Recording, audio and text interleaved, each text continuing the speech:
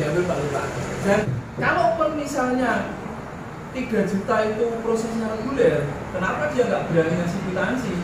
Ya. Kan harusnya kalau misalnya itu proses reguler, dia mau narik 10 juta pun kan sah. Karena dari Sugianto, saya mewakili orang tua saya yang ikut program PTSL di Desa Kecik atas nama 2 bidang, yang satu Sulistia Puji Lestari dan yang satu atas nama Sarwopo. Nah, kronologinya dari awal seperti ini. Pada tahun 2020 Kecik niku angsal program PTSL dari pemerintah. Saat itu dimulai dari sosialisasi di tingkat kecamatan, terus kemudian dilanjutkan di tingkat desa. Itu.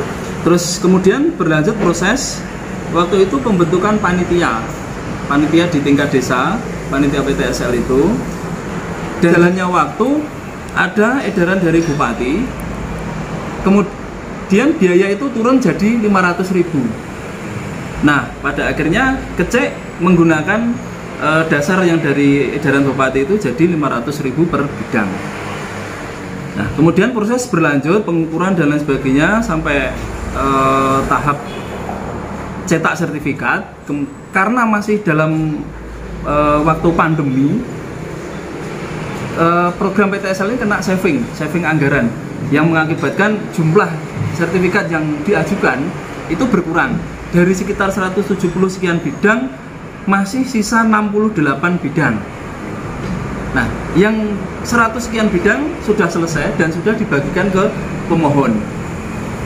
Terus kemudian masih sisa 68 bidang ini dari BPN dilanjutkan program PTSL di tahun 2021.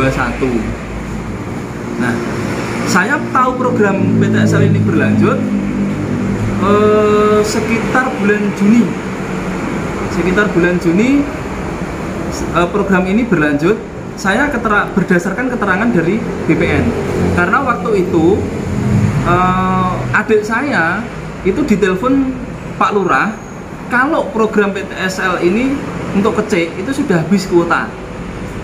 Nah, waktu itu pagi-pagi adik saya suruh ke tempatnya Pak Lurah untuk menanyakan program itu. Kemudian nyambung ke saya lewat telepon. Pak Lurah bilang ke saya kalau program PTSL ini sudah habis.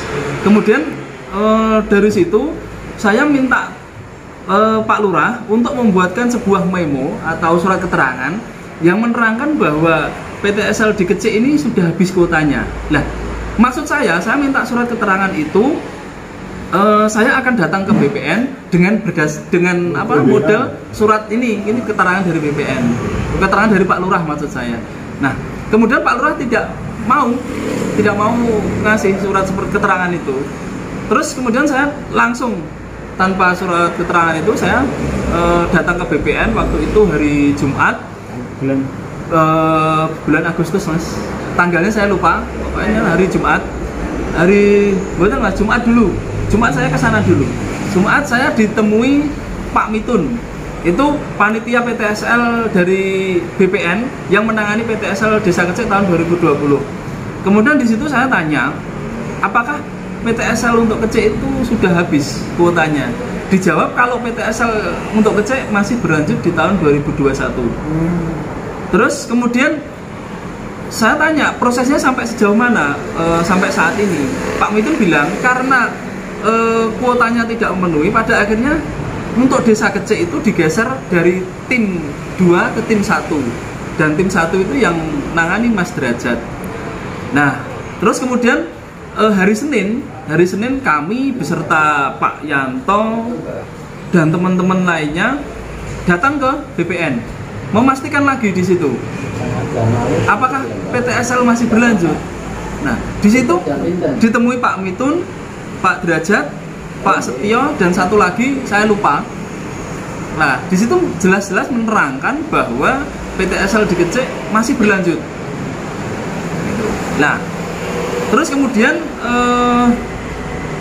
setelah itu kami dan warga datang ke balai desa. Hari itu hari apa ya, saya lupa. Selasa pas tengah balai desa nih kok. Hari Selasa datang menanyakan ke Pak Lurah PTSL itu kelanjutannya bagaimana? Nah, Pak Lurah bilang kalau PTSL itu habis awalnya. Jadi belum ngaku kalau PTSL itu masih berlanjut. Setelah saya bawa bukti dari BPN, saya membawa daftar nama-nama siapa saja yang berpotensi jadi sertifikat pengajuannya itu. Akhirnya Pak Lurah baru mengakui kalau baru saja tahu program PTSL itu dilanjutkan. Nah, logika saya di sini nggak ketemu nalar karena saya itu akhir bulan Juni itu sudah tahu. Saya datang geruduk Pak Lurah itu bulan Agustus. Kok Pak Lurah baru tahu? Itu menurut logika saya nggak ketemu. Gitu. Jadi Pak Lurah itu setelah program 2020 selesai, 2021 ini justru malah gerilya door to door atau by phone, telepon ke pemohon sertifikat ini. Ya intinya kalau pengen jadi sertifikat harus bayar 2,5 juta sampai 3 juta dengan program reguler. Nah, padahal jelas-jelas 2021 ini programnya program PTSL. Nah, maksud saya dengan kejadian seperti ini saya nggak suka karena di sini mungkin apa ya, ada penyalahgunaan wewenang atau pungli atau apa ya namanya. Nah, di sini yang saya nggak suka. Pertama karena kejujuran Pak Lurah ini ya jelas-jelas nggak jujur dengan warga. Yang kedua ya itu memanfaatkan momen program PTSL ini seolah-olah dijalankan reguler. Kalau PTSL betul kan di kelurahan ada panitianya toh? Ya betul. Nah, di sini panitia, saya tanya, apakah jenengan punya SK panitia? Nggak ada. Bahkan ketua panitia waktu itu saya cecar pertanyaan sampai pada akhirnya, apakah jenengan punya SK mas? SK panitia? Nggak ada mas.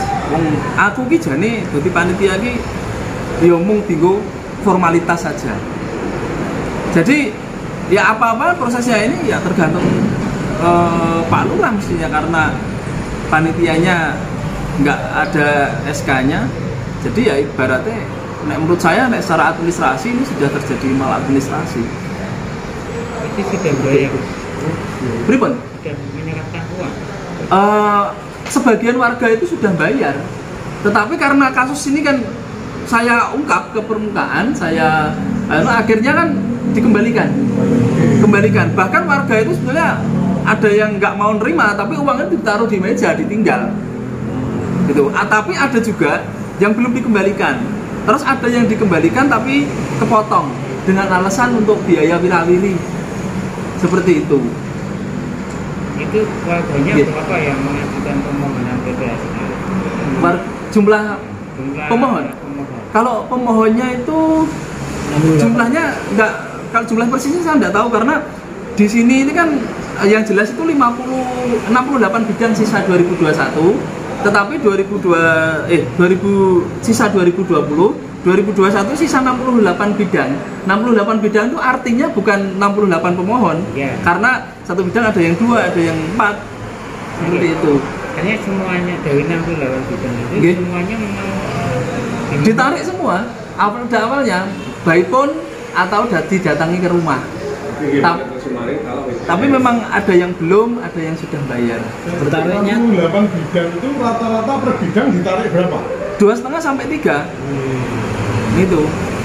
Tapi belum bayar semua. Tapi sudah ada di kesanggupan gitu. Ya kalau warga mau nggak mau kan harus bayar. Bahkan ini ada salah satu korban itu punya rekaman, mungkin karena orangnya kerja nggak saya ajak, dia punya rekamannya Pak Lurah.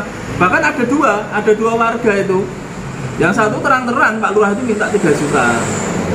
Rekaman itu ada di 2 tempat. Yang maunya itu PTSL tapi diproses secara reguler. Betul mas. Programnya itu sebetulnya PTSL, tapi seolah-olah diakoknya Pak Lurah itu program reguler. Kalau program reguler kan bayarnya kan 3 juta. Padahal prosesnya itu PTSL. Jadi ya untung 2,5 per bidang.